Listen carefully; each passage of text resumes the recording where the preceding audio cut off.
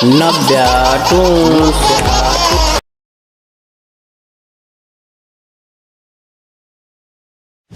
कहानी है रामपुर गांव की, जहां के मर्द महिलाओं को हमेशा नीचा दिखाने की कोशिश में रहते। अरे अभी तक खाना नहीं आया क्या? मुझे एक और शादी करने की जरूरत है। नहीं जी नहीं, ऐसा मत करना, वरना मैं कहाँ जाऊंगी। खाना लेकर मैं अभी आई जी। गांव की पंचायत में भी फैसले हमेशा औरतों के खिलाफ ही रहते। मैं जो फैसला सुनाता हूँ वो भगवान की आज्ञा होती है। इस लड़के ने अपने मन से शादी करके अच्छा नहीं किया। लड़के को घर भेज दो और इसकी शादी इसकी जाति की किसी लड़के से करवा दो। लेकिन ये लड़की, इसे तो गांव के बाहर निकाल दो। नहीं नहीं जमींदार साहब, ये क्या बोल रहे हैं? ऐसा नहीं हो सकता। मेरी बेटी मासूम है, इसे अच्छे बुरे की समझ नहीं है। अरे कहाँ जाएगी ये बेचारी? कहाँ जाएगी? इतनी चिंता है तो पूरे परिवार का गांव निकाला कर देते हैं। बेचारे पूरे बसे बसाए परिवार को गांव छोड़ना पड़ता है। चाहे जो हो, अगर बेटियों को कंट्रोल नहीं कर सकते तो गांव में रहने का कोई मतलब नहीं है। यहाँ औरतों को दब कर रहना होगा। कोई भी अपने हिसाब से कुछ नहीं कर सकता, सब ईश्वर की मर्जी से ही होगा। तभी गांव का एक आदमी दौड़ा दौड़ा आता है। सरपंच साहब, जमींदार साहब, वो कालिया है ना, उसकी बेटी पढ़ने के लिए शहर जा रही है। अच्छा, ये कब हो गया? और कालिया की हिम्मत कैसे हो गई ऐसा करने की? लेकर आओ उसे और उसकी बेटी को। बस फिर क्या था, हाजिर हो जाते हैं कालिया और उसकी बेटी सरपंच के सामने। और कालिया, ये क्या सुनने में आ रहा है? बेटी को इंजीनियर बना रहा है तू? और ये बता, गांव में तो स्कूल नहीं है, फिर कहां से इतनी क्लास पास कर गई तेरी बेटी?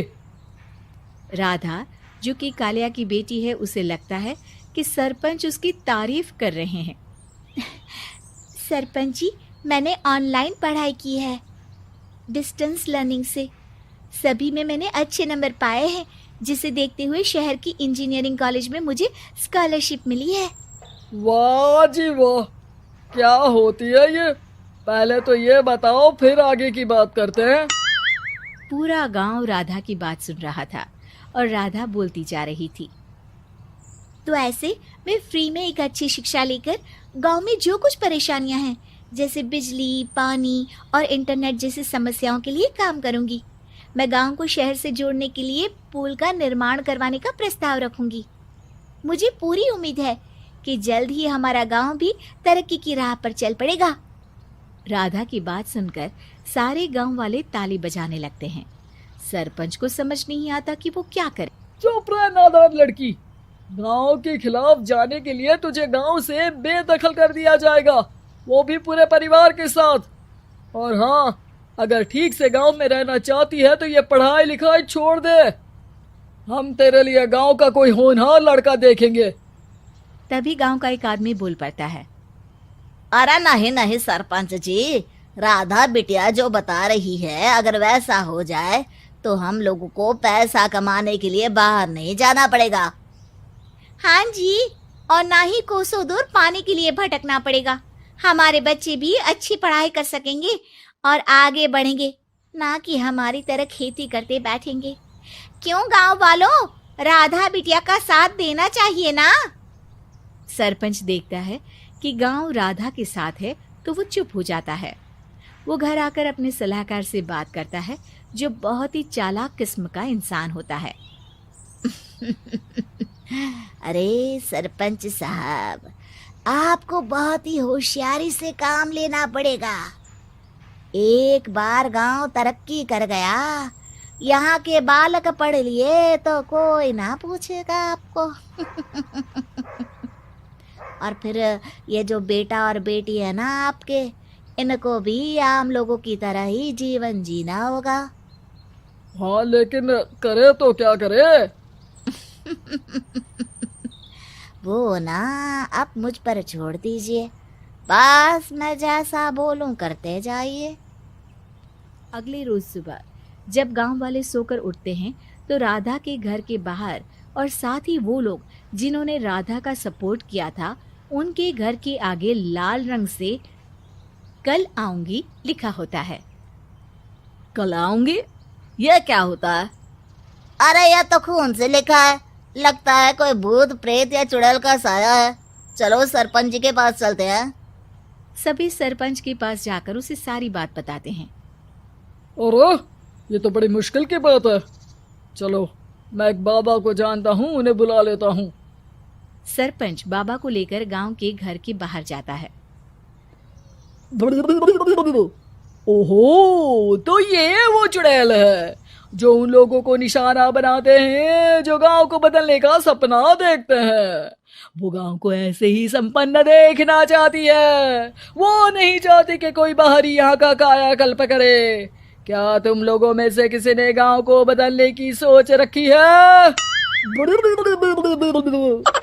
तभी राधा की माँ रोते रोते आती है। मेरी राधा घर से गायब हो गई है। अरे कोई तो बचाओ, मेरी बच्ची कहाँ गई?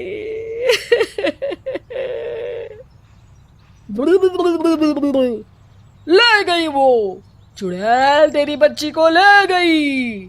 अब वो उसे श्रापित करके छोड़ेगी, उस पर चुड़ैल का साया हो जाएगा। तभी बुरी सी हालत में राधा भी वहां आ जाती है। उसके बाल चुड़ैल की तरह फैले होते हैं और कपड़ों में खून लगा होता है। सभी राधा को देखकर डर जाते हैं। माँ, पता नहीं मुझे कौन उठा कर ले गया था। अरे दूर दूर हो जा चुड़ैल, अब हम लोग इस गांव में नहीं रुकेंगे। अरे कैसे बातें कर रहे हैं आप? कल तो आप मेरे भरोसे गांव का हुलिया बदलने, अपने बच्चों को पढ़ाने और तरक्की उन्नति की बात कर रहे थे, तो आज क्या हो गया आपको? ये फिर तुम लोगों को बहकाएगी। ये चुड़ैल गांव में आ चुकी है, ऐसे ही ये तुम्हारे घर के बच्चों को भी ले जाएगी। गांव वाले राधा को गांव से बाहर निकाल देते हैं। उसके माँ बाप रोते रहते हैं, लेकिन गांव वाले नहीं मानते। मैं भी अपनी बहन के साथ गांव के बाहर रहूंगा, लेकिन वो पढ़ाई नहीं छोड़ेगी। वहीं सरपंच के घर पर सलाहकार कहता है। देखा, सांप भी मर गया और लाठी भी नहीं टूटी। लेकिन अगले ही दिन सरपंच के घर के बाहर भी वही शब्द लिखे होते हैं। और फिर सरपंच की बीवी कहती है, हमारी बेटी को किसी ने अगवा कर लिया है। तभी राधा का भाई वहां आ जाता है। अरे गांव वालों, मैंने सरपंच जी की बेटी को देखा था। वो चुड़ैल उसे उठाकर ले जा रही थी। अरे क्या मजाक कर रहे हो? नहीं नहीं सरपंच जी, आप नहीं जानते। वो चुड़ैल अब आपकी बेटी में आ जाएगी, जैसे राधा के अंदर आ गई थी। तभी सरपंच की बेटी वैसी ही हालत में वहां आती है जैसे राधा आई थी। पापा, पता नहीं कैसे मैं गायब हो गई थी। चुड़ैल, इसके अंदर भी चुड़ैल का साया है, मारो इसे। अरे नहीं नहीं, इसे भी राधा के पास गांव के बाहर ही भेज दो। अरे चुप रहो, मेरी बेटी कहीं नहीं जाएगी और चुड़ैल वुड़ैल कुछ नहीं होता है। अरे कैसे बात कर रहे हो सरपंच जी? आप तो बोल रहे थे कि आपका फैसला भगवान का ज्ञान होता है, तो अपने पर बात आई तो अब आप ऐसे बोल रहे हैं। अरे ना ना ना, आपको अपनी बेटी को त्यागना ही होगा। अरे बुलाओ बाबा को। राधा का भाई बाबा को ले आता है, जिसे अब गांव वालों के डर के कारण सच बोलना पड़ता है। मैं कोई बाबा नहीं हूँ, मैं तो मोची था। ये सलाहकार महोदय ने मुझे कहा था एक्टिंग करने को। अब वो मुझे पैसे देने वाले हैं। अब मुझे माफ कर दो। गलती हो गई, मुझे माफ कर दो। तभी वहां राधा आ जाती है। देखा सरपंच जी, जब गांव के बच्चे साक्षर होंगे तो आप जैसे लोगों की चालाकी नहीं चलेगी।